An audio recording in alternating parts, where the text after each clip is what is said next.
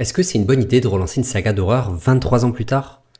Eh ben, je suis pas sûr. Après l'excellent 28 jours plus tard sorti en 2002 et le très moyen 28 semaines plus tard sorti en 2007, Danny Boyle revient enfin avec 28 ans plus tard. Le long métrage dépeint la vie d'une communauté résidant sur une petite île confinée, faisant toujours face à l'apocalypse zombie. Bon, déjà, la merveilleuse idée, c'est que Boyle réutilise sa formule devenue culte, mais l'applique à une atmosphère et à un environnement totalement différents. Exit les rues londoniennes vides, on est ici plongé dans une ambiance écossaise folklorique assez géniale. Et du coup, malgré une ADN bien identifiable, l'œuvre se démarque et offre une véritable proposition originale. Alors on sent bien sûr les inspirations, ça m'a par exemple beaucoup rappelé le film La Route avec Viggo Mortensen, mais surtout je pense que beaucoup de gens vont évoquer l'affiliation évidente avec The Last of Us, dans cette exploration post-apo rurale et ses séparations en factions qui rappellent notamment les Séraphites du deuxième jeu. Mais il faut le dire, on prend vraiment notre pied devant le long métrage. Le film est méchant et sanglant, à la fois généreux dans ses intentions et dans ses expérimentations visuelles constantes. C'est bourré d'idées et de plans géniaux avec une mise en scène de Boyle qui refait des merveilles. Alors oui, c'est toujours hyper tape à l'œil et ça va clairement diviser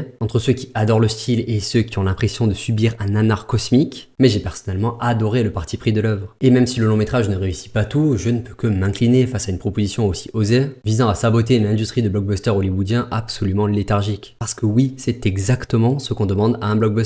Une vraie vision d'auteur qui porte des idées fortes et généreuses, même si tout ne fonctionne pas. Et je sais que je vais pas me faire que des amis en disant ça, mais pour moi la première heure réussit tout ce que Sinners a raté il y a seulement quelques mois. Une mise en scène signifiante, un univers et un folklore réussis, et des scènes d'action qui fonctionnent vraiment. Sauf qu'il y a également une deuxième heure, et que là c'est plus compliqué. Le film opère un gros tournant dans son récit, et je ne comprends plus du tout le projet. Sincèrement, j'ai vraiment eu l'impression d'assister à une projection test, tant la deuxième partie ne paraît juste pas terminée. Que ce soit dans la narration ou dans le montage, tout paraît hasardeux. Les séquences défilent sans jamais vraiment s'emboîter entre elles, des personnages et des arcs scénaristiques apparaissent et disparaissent, vraiment le film part dans tous les sens. Le clou du cercueil étant pour moi cette séquence finale qui se veut décalée et humoristique, mais qui m'a vraiment provoqué le facepalm de l'année. Le truc c'est que le film m'a déjà tellement perdu que de me faire des vannes maintenant à base de Power Rangers ou je sais pas quoi, je suis plus très chaud en fait. Et du coup on sait qu'il y aura des suites, mais est-ce que je les attends? Eh ben je sais même pas. Surtout que la partie 2 de ce troisième film aura un autre réalisateur